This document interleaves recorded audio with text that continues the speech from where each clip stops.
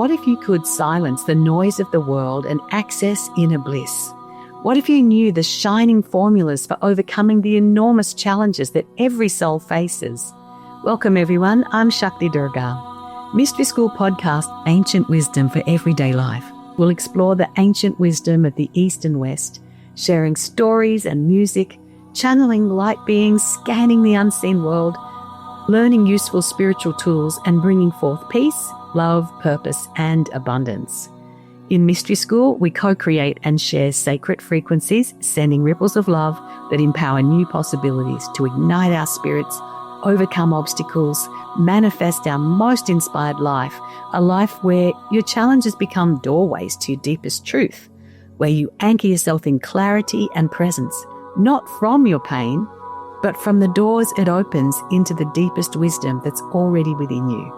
Your path has already begun. It's right beneath your feet. Let's illuminate that path together. Hello, how are you today? I am Shakti Durga, and I'm here to tell you a story. Stories from the Vedas, stories from the Upanishads, from sacred scriptures that mimic the real life experiences of humans, but tell the stories in a mythological kind of a way, sometimes using a lot of symbolism, and definitely showing us how the cycles of creation, of destruction, of rebuilding, of how you get to peace, and then what happens, how you end up with a very divided society, what happens then. So there's lots and lots we can learn from these old scriptures, and when we meditate upon them, we get more than just the story. We get the deep immersion into the consciousness of the great seers and sages who hid a lot of very interesting teachings in those stories. And those stories help us to explore the parts of ourselves that perhaps we haven't paid much attention to yet, where we have so many codes waiting to be developed really and utilized in our life so that we can overcome real problems that we have in our modern life. As I look around at the moment in the world, I'm sure like you sort of look, anywhere you look, there's chaos. And you think to yourself, what's the world coming to? What's going to happen? And it's easy to get pessimistic. If you look at cycles and you look at the law of cycles, it says that everything that goes around will come around again. That there's cycles of peace, there's cycles of discord, there's cycles of unrest, and then there's cycles of breakthrough. And through all of these cycles, people are actually learning a lot about themselves. If we lived in a culture and society where everything was easy all the time and everyone was beautiful and nobody ever got upset and everyone thought the way I did, everyone shared my opinions about life, part of me thinks that would be great. But I know that that would be not the age we're living in. That just doesn't happen, because in this age, we're going to have a lot of experience of the law of polarity, which says that for every opinion that goes this way, there's going to be another opinion that goes the other way, and both sides will think they're right. And because they think they're right, this then colors everything for them, and everything they see is seen through the lens of their ending place of where I'm right. And so we don't see any of the benefit that we might otherwise see in looking at both sides and also trying to alchemize the energies of black and white into a lovely golden third thing. That until we start talking about things, coming together, till we both sides, get rid of the demons, so to speak, then we don't make progress. There's some lovely stories in one of the Upanishads, the Devi Mahatmyam. And the Devi Mahatmyam is a beautiful story about the goddess. And it's full of stories actually about different names of the goddess and different experiences that have been mythologized and are presented as the works of the goddess in helping humanity. One of the reasons I love this tradition so much is because if you look around the world, there are very few, maybe not any, other goddess traditions that go back thousands of years that have been unbroken traditions. So there's so much learning that we can have from the Vedas, the yogic teachings, the Upanishads, that tell us about what is the divine feminine. What is it? It's been abandoned in the West pretty much altogether. The closest we come, I think, is Mother Mary. But, in the past there would have been dozens, if not hundreds, of different goddesses, and one could have studied the feminine mysteries with those goddesses and enriched the life accordingly. So the starting place with all these gods in the Vedas and the Upanishads, it's said that there are 330 million gods. And sometimes that boggles my brain to think 330 million gods. Oh my God, what if you pray to the wrong one? But it's actually not like that, because I think back when these stories and this mathematics was being promulgated, as in 330 million of them, you'd be lucky if there were that many people in the world.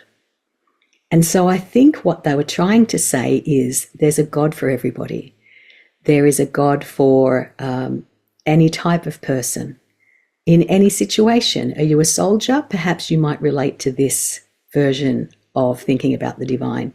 Are you a parent? Perhaps you might like this approach to the divine. Are you a housewife? Maybe you'll like this approach to the divine.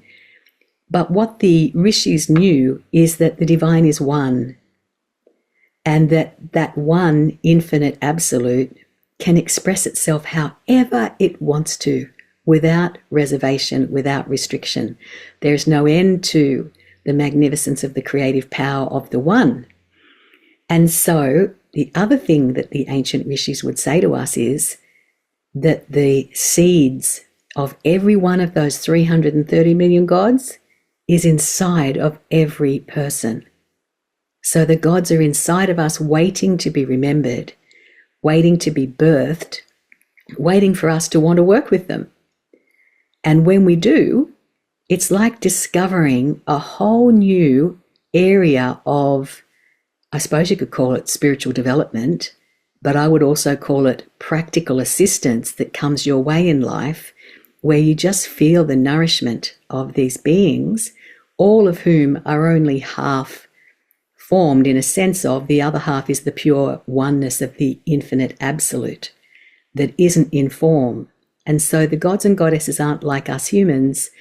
We humans have skin, and all of our bits stay inside our skin, which is kind of good. I don't really like the idea of intestines just floating off and having their own life somewhere else. Do you? I don't like that. But when you're talking about beings who are spiritual beings, then they don't have physical bodies, except in very occasional situations, which I can speak of later. But what they have is a spiritual body. They have an etheric body, and they have an individuated expression of divine consciousness that becomes their signature or their identification. The more it is humanity works with this God-given signature or identification, the stronger will be the work that that god or goddess does in the world. And so one of the things that we do to keep the gods and goddesses in the world operating is that we sing to them, we talk to them, we bring them into relationship with us. How often have you met people who they don't believe in God, but then when their nearest and dearest is dying in the hospital or has just had an accident, immediately people will pray? Why do they do that? Because in the essence of every person is an awareness that we're all part of this one thing, and that one thing is what some people call God, and other people call Shiva or Allah, and some people call the nothingness or the quantum field. But whatever it is, it's vastly intelligent, vastly creative, and vastly loving.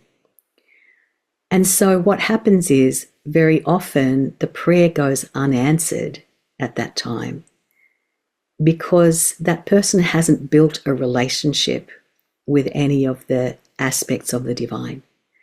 So whether the aspect of the divine we're seeking to build a relationship with is Durga or Jehovah, anything you can name is existing in a some degree of separateness to anything else you can name, because name only comes in at, say, the soul dimension, whereas in the infinite, there is really no name you can use for the divine.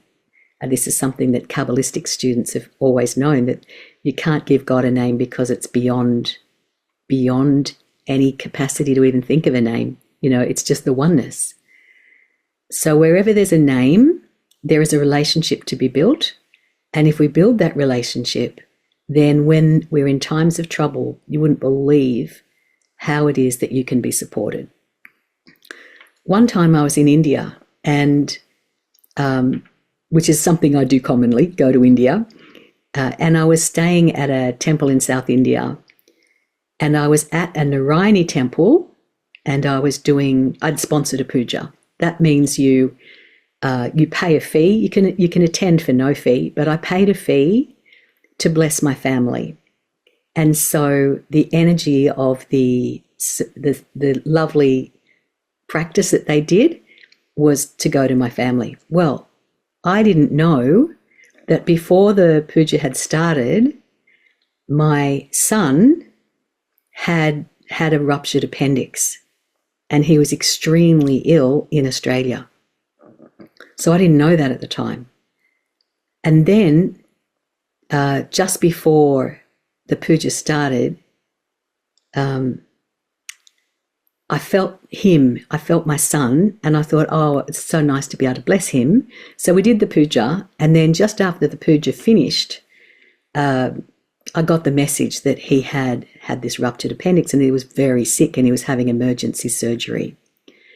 So I was pretty worried, because that can be a very serious condition, So I checked back in. I went back into the sanctum, and I sort of said, Narayani, what's going on? Help, help, help. And as clear as anything, I heard Narayani say, I've got him. It was as clear as anything. It was booming. And I thought, oh, and I felt such relief. And it didn't stop me jumping on a plane and going home and hot-footing it to the city he lives in to be with him, which I did. But I felt so much relief knowing that the goddess was going to be with him. And when I got there, I spoke to the surgeon, and the surgeon said, this is probably the worst case of burst appendix that I've ever seen. And he said people have died with less symptoms than he had. And there was very high levels of infection, and it was everywhere throughout him. So I can't believe he's doing as well as he is. And I thought, thank you, Narayani. Thank you, Narayani. Now, would that have happened if I hadn't spent a lot of time building a relationship with Narayani?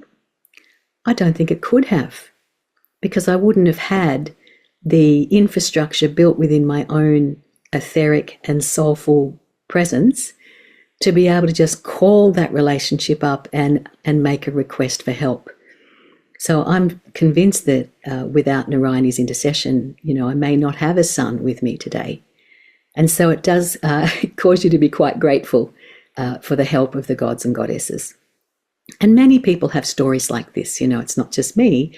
And devotion, which is how you build a relationship, you thank the divine for being in your life, and you express your joy in what you've already got. You show gratitude, and then you kind of extol the divine, not because the divine needs it, but because for us to be devotional it changes your heart, it changes your spirit, it changes your soul, it expands your spirit, it expands your soul. And what you see in another starts expanding within you too, So this idea of venerating, it's sort of an old-fashioned word, but venerating some aspect of the divine can pay huge dividends in your life and for your mental health, that you can feel help coming to you when you're very stressed. You can feel a connection. Very often when I would pray to Durga, Durga is another name for Narayani, Narayani is another name for Durga. They express differently, but they're very overlapping. And as I was saying before, the bit about intestines staying inside you, well, with the gods and goddesses, they merge in and out of each other all the time because they're not physical, they're energetic. And so you can have 100 goddesses and then suddenly there's only one of them. And which one is it? It'll be the one that you have used the name the most and developed a relationship with the qualities that that name means.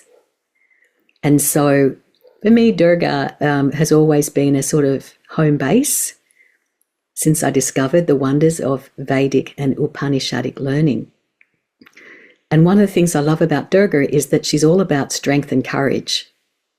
And you know, my guru says, doesn't matter how far you've gone on a spiritual path or if you're about to kind of start your conscious journey, you need courage. And that courage is probably the number one attribute for the spiritual seeker. And when I heard that, I thought, I don't know about that. I think it's love that's the number one quality. But then when I thought about it, I went, oh, you're right. Again, it's actually courage, because without courage, you can't love. You know, you can't go into your vulnerability. You can have codependence.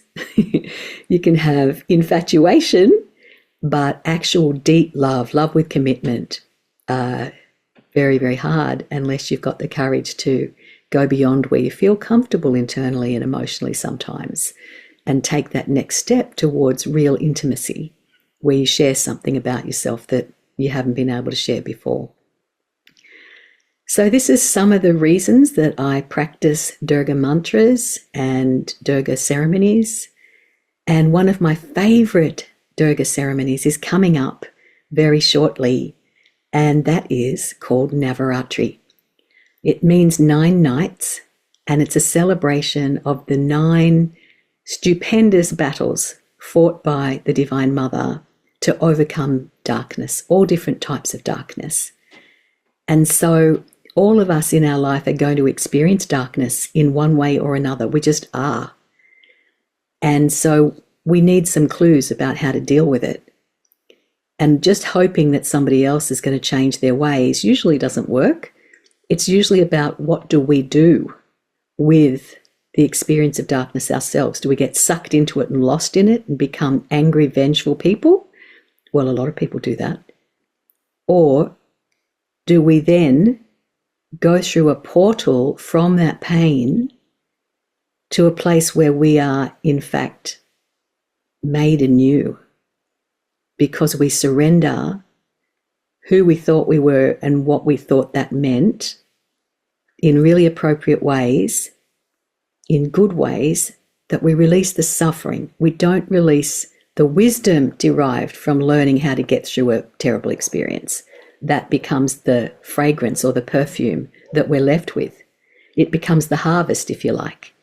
So if you think about all the work that has to go into a farming harvest, so it is that there's a lot of work that goes into a spiritual harvest. And generally speaking, it's about overcoming adversity. It's about pulling yourself out of the big black hole that life dumped you in. And there's many, many ways to do that. For me, the gods and goddesses are a lifeline at times when things are really hard, and being able to go within and feel the presence of Durga. And I feel her as a tingling, warm, fuzzy, beautiful feeling that goes throughout my body, and it feels like bliss. And that bliss then is pervasive and starts to radiate outwards. And by the time I finish the practice or finish the meditation, I'm feeling really different about the events of my life. So we treat Navaratri as a festival, and every day in our Navaratri, which starts on the 21st of September and goes till the 1st of October, there are events that will be held in the USA, in England, and in Australia. And we will be offering these. You can make offerings back if you want to, but nobody has to. It's just a giving, really, and a sharing of this divine frequency. You can come to all the sessions, or you can just come to one. There's a weekend intensive you could come to, but you don't have to do that if you don't want to. For those who live a long way away, we can have online sessions once a day for the 9 days of Navaratri. So there's lots of ways to get involved. You want to check out their website, shaktidurga.com or shantimission.org. Either of those will have things posted on them. And join our mailing lists so that you can be kept up to date with exactly the details of the festival, because there's lots of yummy things that will be happening.